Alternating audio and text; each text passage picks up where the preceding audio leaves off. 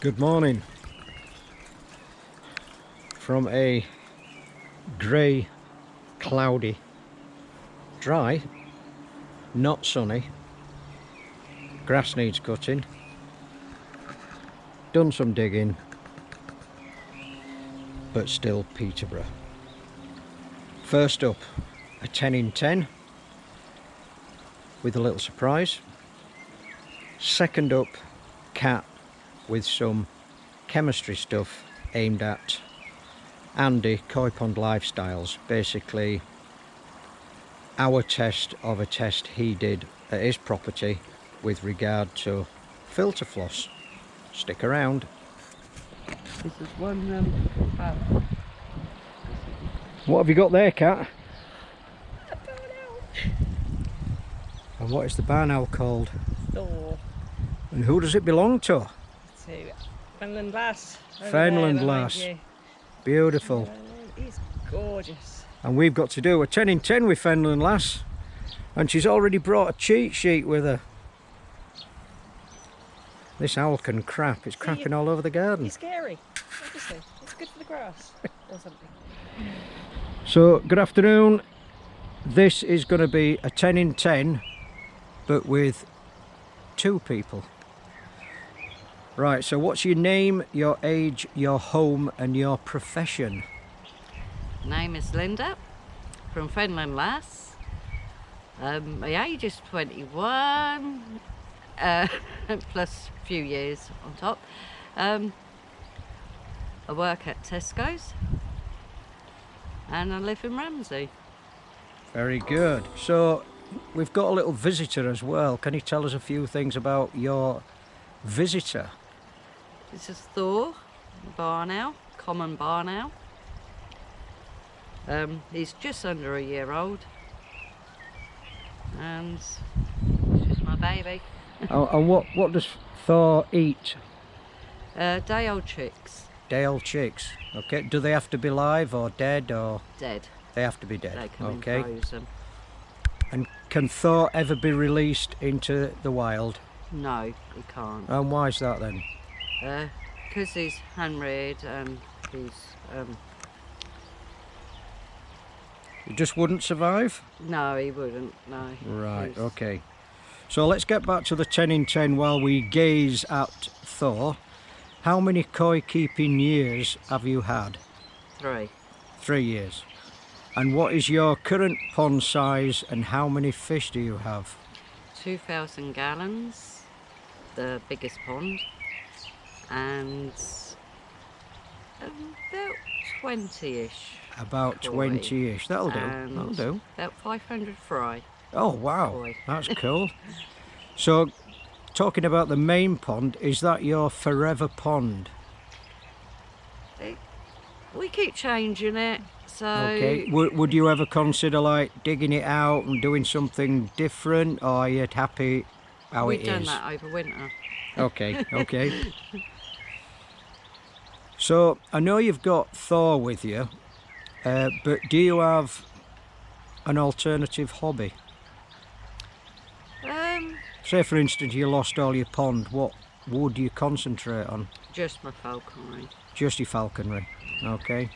And how many birds do you have in total? 6. 6, okay. So flicking back again to koi, what has been your biggest koi triumph? Spawning. Spawning, successful spawning. Yes. Very good. Although you've been keeping koi for 3 years, do you have any advice for any new koi keepers just starting now?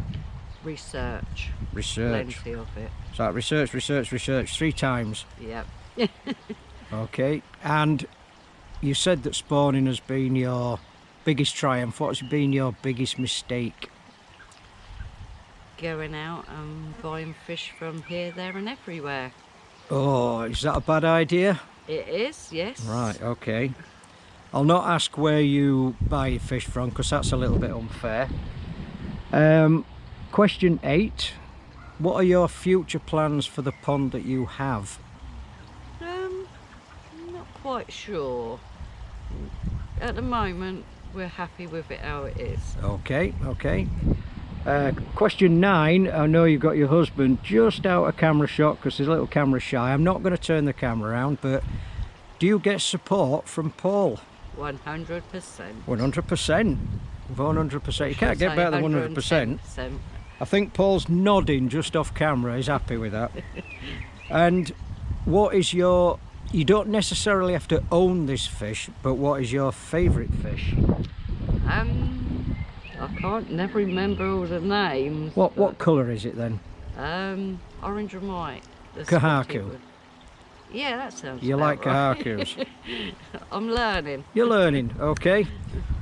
So that is Fenland Lasses 10 in 10. I do thank you for that and for bringing Thor. And we'll catch you another day.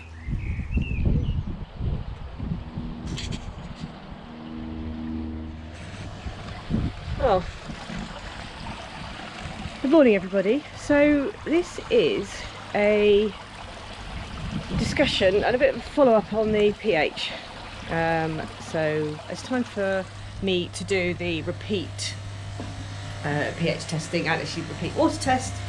So I have here my syringe of water, which I took this morning before the fish had any food, and I'm now waiting for the phone to charge so I can time the tests. But I don't have to time it for pH. So I don't know if some of you will follow Koi Pond Lifestyle. He's also been discussing pH, and he found that with his floss, he found that there was some pH from the floss, some pH rise from fresh floss.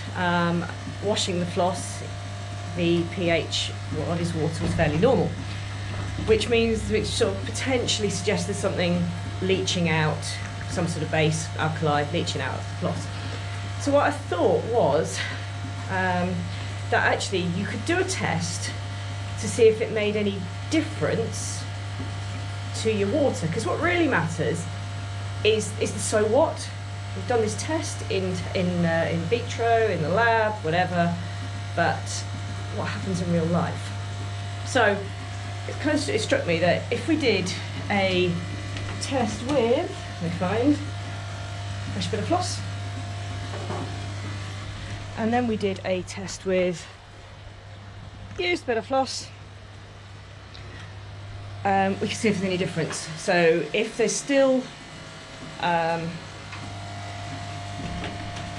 so whatever it is leaching out, so if there's still a pH change at the end with the used floss, then it sort of just tells us that perhaps changing the floss more often might not be just such a good idea.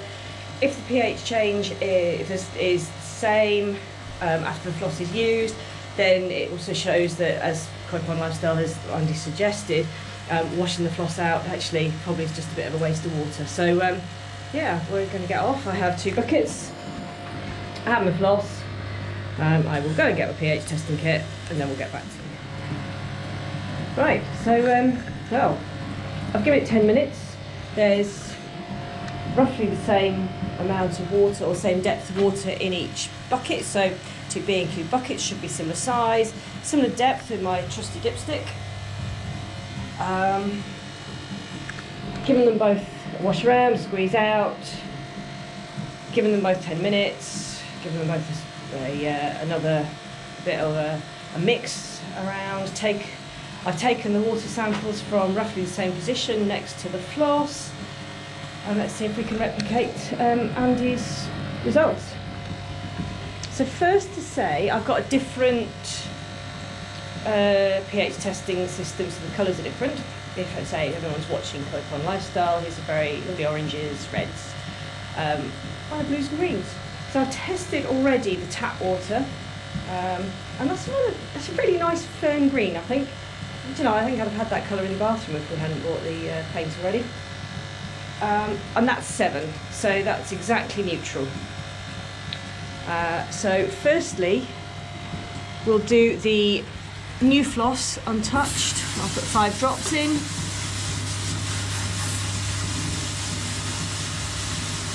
And then the old one.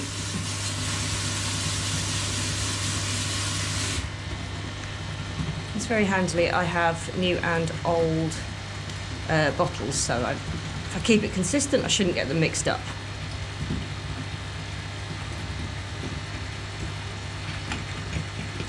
Now we get them out of the handy stand from Devon Koi.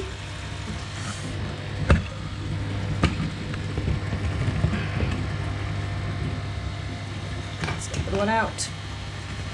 There we go. Sure, top. Right, so firstly, is there much difference?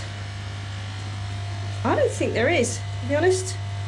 I'm going to try the old trick of holding it against the white paper again. Let's see if you can see this. Sorry, this is all a bit unsteady. Can never be a camera on. I think they're probably fairly similar. That's with 10 minutes. I'm not sure how long he's taken. And then at the back is my, you see the range that I'm measuring it against. The top one with the tick is the 7. And that was the original water. Ooh, actually dropping it over. I think they're fairly similar. If anything, I'd say that one, the old one, is slightly more yellowy. Really, I have faith. I don't know, some of you have your super sensors, you know, one of these can tell colour differences. Interesting to see what you think.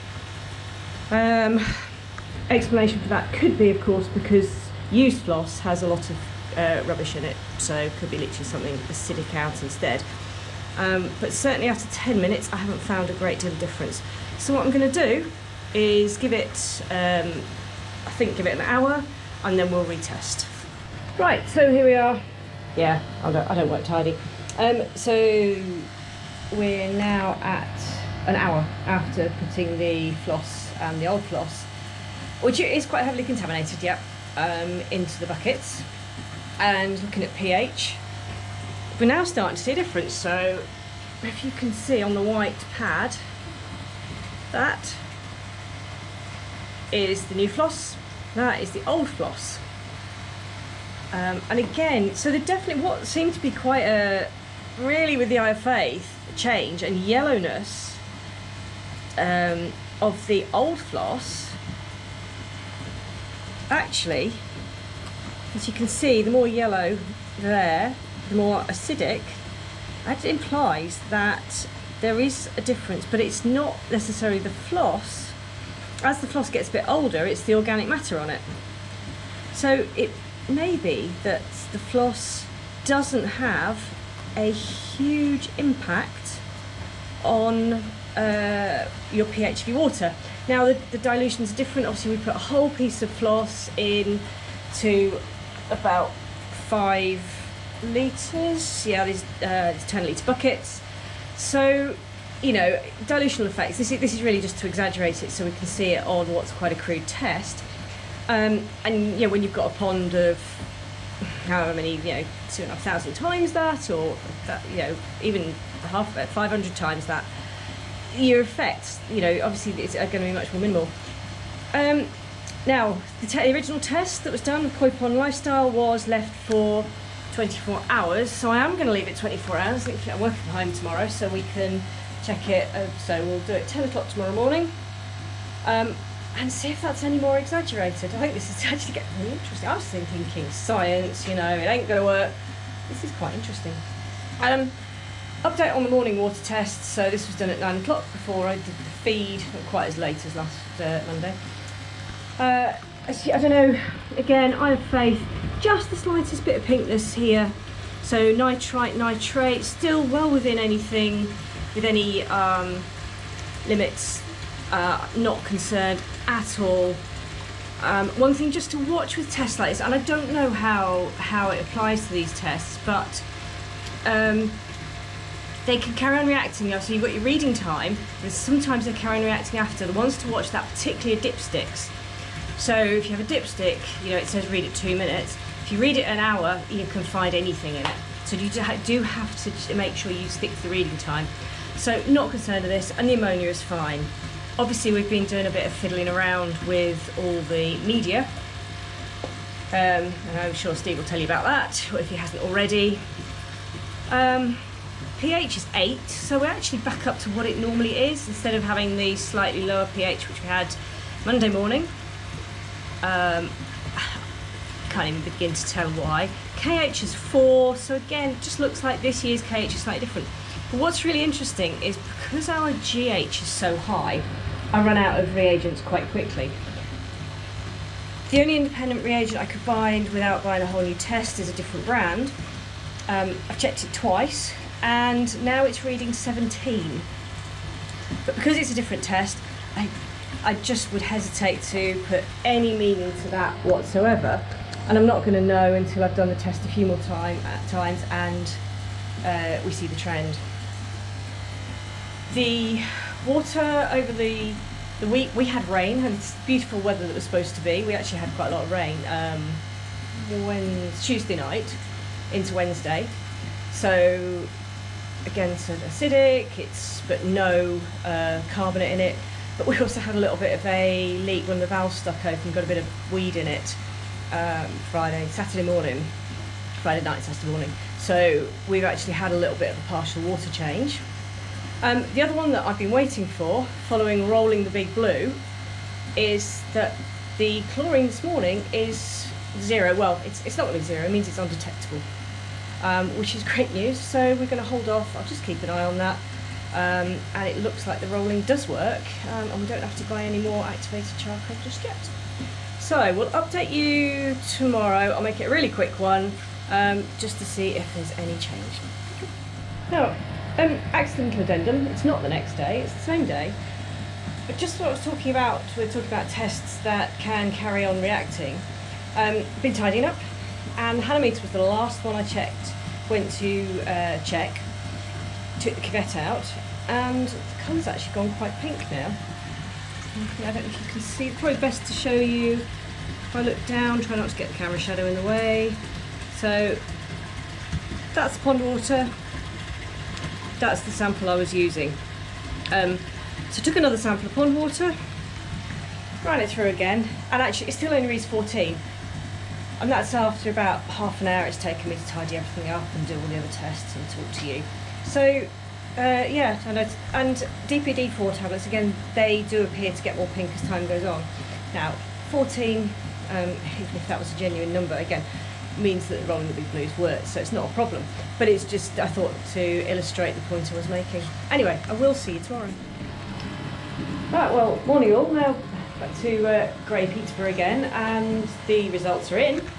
So first we have the new floss, and then we have the old floss, and there is a really large difference in what's coming out. So now, very well, you can see this new one, nicely blue, probably somewhere between 7.5 and 8. Those numbers are going to be way too small to see, but 7.5 and 8, those two.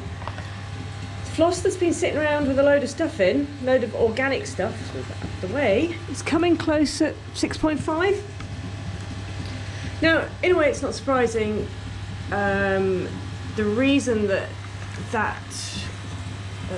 floss was heavily contaminated was because it was the one that was got out of the filter shortly after removing all the crud that was caught at the bottom of the filter last week. Obviously, you get bacteria in it. There's lots of water pouring through, so there's not much oxygen, so it was an anaerobic environment, i.e. no air, which means that the bacteria tend to put out acid products. A bit similar to a peat bog, that's why peat bog's so acid. So that's probably entirely expected. Now, most floss is not normally as contaminated as that. This one is a fairly typical floss that we've taken out of the filter.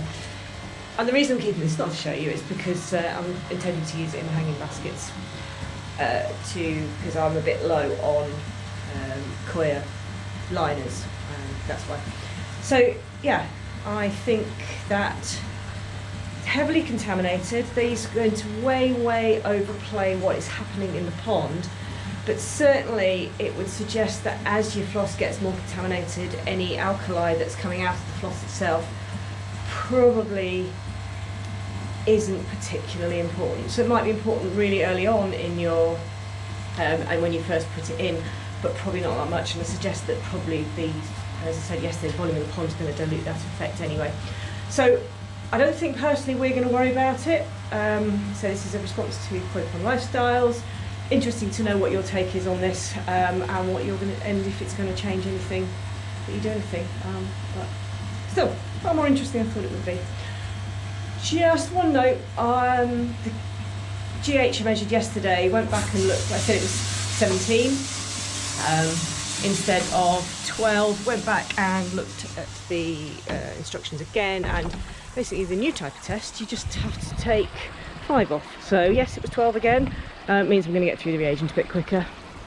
And how are the fish this morning? Well, eating. Oh, I'm pooing, clearly. For once, yeah, so we've given them 2 feeds this morning. I'll give them a little bit more. We're trying to give them 1 pot. We worked out that's about 100 grams. That seems to be about what they're eating. So, yeah, not too bad at the moment. And I'll hand over to Steve for the farewell. Bye.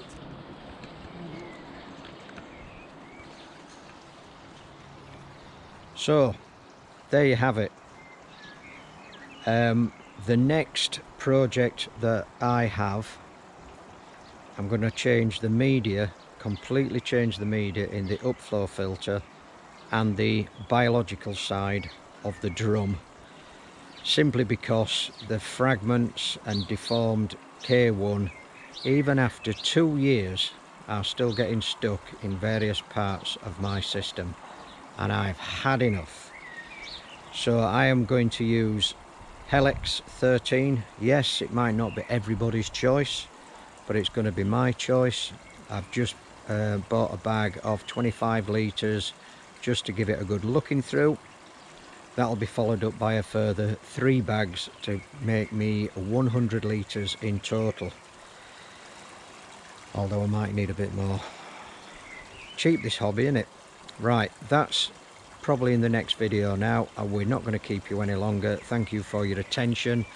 So I shall wish you farewell, 5 jabs, get retired soon as possible because it's great. Look after your fish, look after your family, and